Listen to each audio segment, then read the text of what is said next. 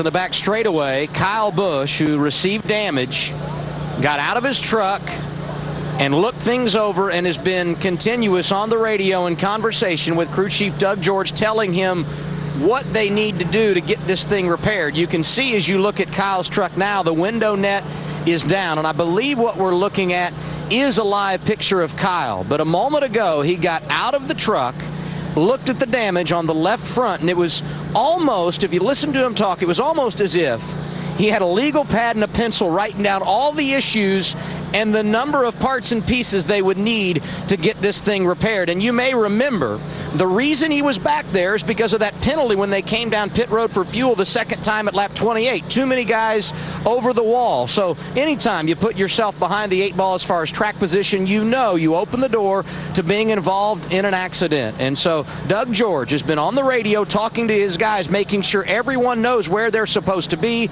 so they don't get penalized again and sending too many people over the wall.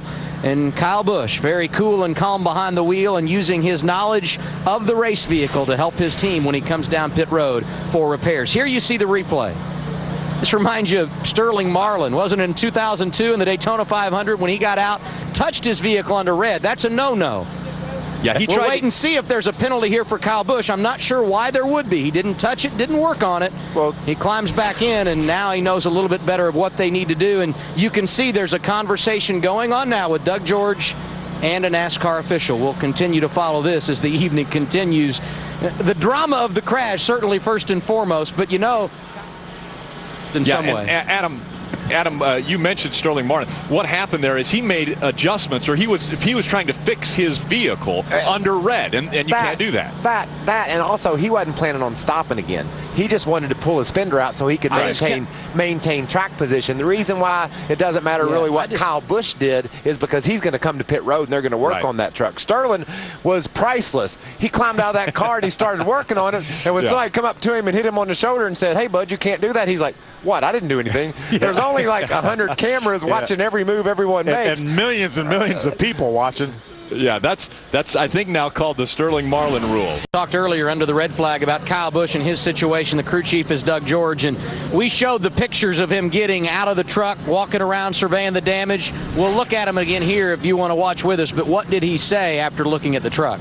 Well, first of all, Mikasuki Resort Toyota is running really well, and kind of unfortunate we got a penalty with too many guys over the wall, but we just, we didn't know how much damage we had, so we jumped out to tell us what we had so we can fix it when he gets in here, and pretty minimal damage. It's just unfortunate we had to be there in the back after the penalty, but is what it is.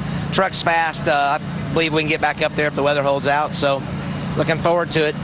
My biggest concern was a possible penalty for exiting the truck under a red flag. You've had a couple of conversations with NASCAR officials. What have they said to you?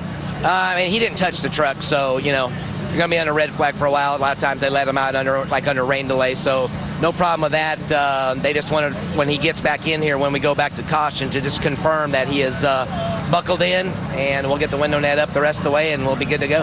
The time under the red flag is perhaps drawing another issue on a tire. What are you seeing there? We had a tire action that last run with a little hole in it, so, we adjusted to what we had, so we kind of may need to rethink some of this here, so we'll see how things go, and hopefully get the Toyota Tundra back up front here. Thanks, Doug. Thanks.